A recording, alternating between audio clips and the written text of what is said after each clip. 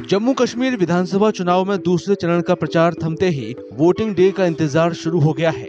दूसरे चरण में बडगाम में भी वोटिंग होनी है।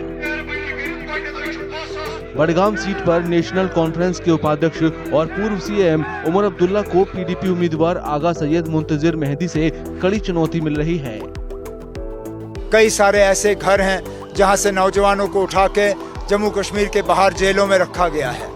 इन सब चीज़ों को लेके लोग चाहते हैं कि इनका इलाज हो। जो रोज़मर्रा के इनके मसले हैं, चाहे बिजली को लेके, पानी को लेके, बच्चों के प्लेग्राउंड को लेके, यहाँ सड़क की बात को, इन सब चीज़ों का भी लोगों को एक हल चाहिए। और इसलिए वो यहाँ न सिर्फ जलसों में हिस्सा ले रहे हैं, लेकिन इंशाल्लाह 25 तारीख को जब वोट डालना होगा तो वोट भी अपना इस्तेमाल करके अपनी आवाज़ बुलंद करेंगे।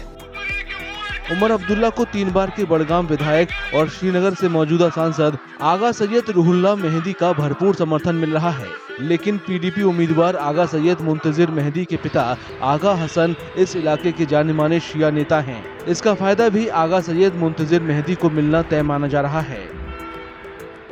जिस तरीके से वो अपने आप को पोर्ट्रे कर रहे हैं, वो ऐसा लग रहा है कि जम्मू कश्मीर की सारी कॉन्स्टिट्यूएंसियां कह रही हैं कि उमर अब्दुल्ला यहाँ आए, बट ऑन द कंट्री सब चाहते हैं कि वो यहाँ ना आए। अब वो जबरदस्ती इन्फिल्ट्रेट बडगाम में कर रहे हैं, बट जो फैसला लोगों ने लिया है, जो भरोसा लोगों ने मुझे दिया है as a local, as a neighbour, क्योंकि मेरा आधार कार्ड यहाँ का है, मेरा पासपोर्ट यहाँ का है, मुझे नहीं लगता है कि अभी तक वो भरोसा, वो एतमाद लोगों ने उनको दिया है। तमाम वादों और दावों के बीच बडगाम के लोगों को इस चुनाव में वास्तविक बदलाव की उम्मीद है। वोटरों के लिए अहम मुद्दों में हाउस टैक्स, महंगी बिजली, वाटर सप्लाई में कटौती और खराब परिवहन शामिल है। वोटरों को उम्मीद है कि नई सरकार उन्हें इन परेशानियों से निजात दिलाएगी।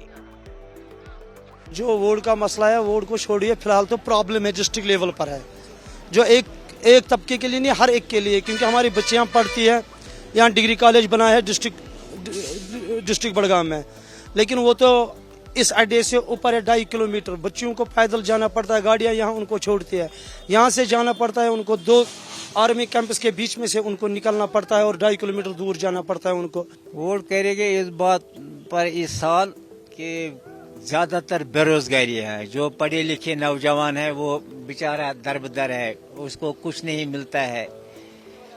आज 10 साल से कोई नौकरी नहीं मिलता है। 10 साल में क्या चीजें बदले है, सड़क बनती है या बिजली पावर है वो भी बनते हैं। थोड़ा कुछ हुआ तो आमतौर पर ज्यादा काम नहीं हुआ है।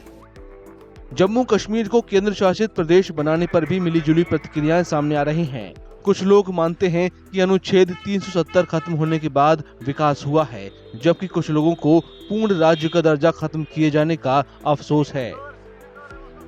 ये सारे एक ही टट्टे बट्टे के हैं, ये बोलते हैं वो करेंगे, ये करते कुछ भी नहीं। ये सारे अपने लिए करते हैं, घर के लिए करते हैं। अवाम की दर्द मुझे लग रहा है किसी को भी नहीं है इनमें से। सारे झूठे वादे करते हैं। जैसे कि हमारा उमर अब्दुल्ला साहब थे, उसने पिछले बार उसने इलेक्शन जीता था यहाँ पे, उसने बोला मैं वो करूँ, कोई डेवलपमेंट नहीं आई यहाँ पे। जबकि 370 टूटने के बाद हमने देखा कि यहाँ पे बहुत सारे कामें हुई हैं। हम बोलेंगे नहीं हुए हैं, लेकिन हुए हैं। एक ही वजह है जो मोदी जी ने किया, हमारे साथ एक धोखा दिया है कि जो उसने 370 को तोड़ा, उससे हमारा नुकसान हुआ है।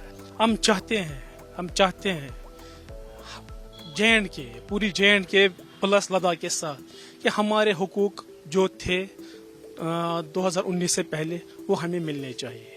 हुई एक बात, डेवलपमेंट तो ये तो सही बात है, डेवलपमेंट तो हुई है इन 10 सालों में, मगर हम चाहते हैं डेवलपमेंट के साथ हमारे जो हुकूक जो छीने गए उनमें वो भी हमें वापस मिलने चाहिए। बडगाम उन 26 सीटों में शामिल है जहां 25 सितंबर को दूसरे फेज में वोट डाले जाने हैं। तीसरे और अंतिम चरण की वोटिंग 1 अक्टूबर को होगी और नतीजे 8 अक्टूबर को आएंगे।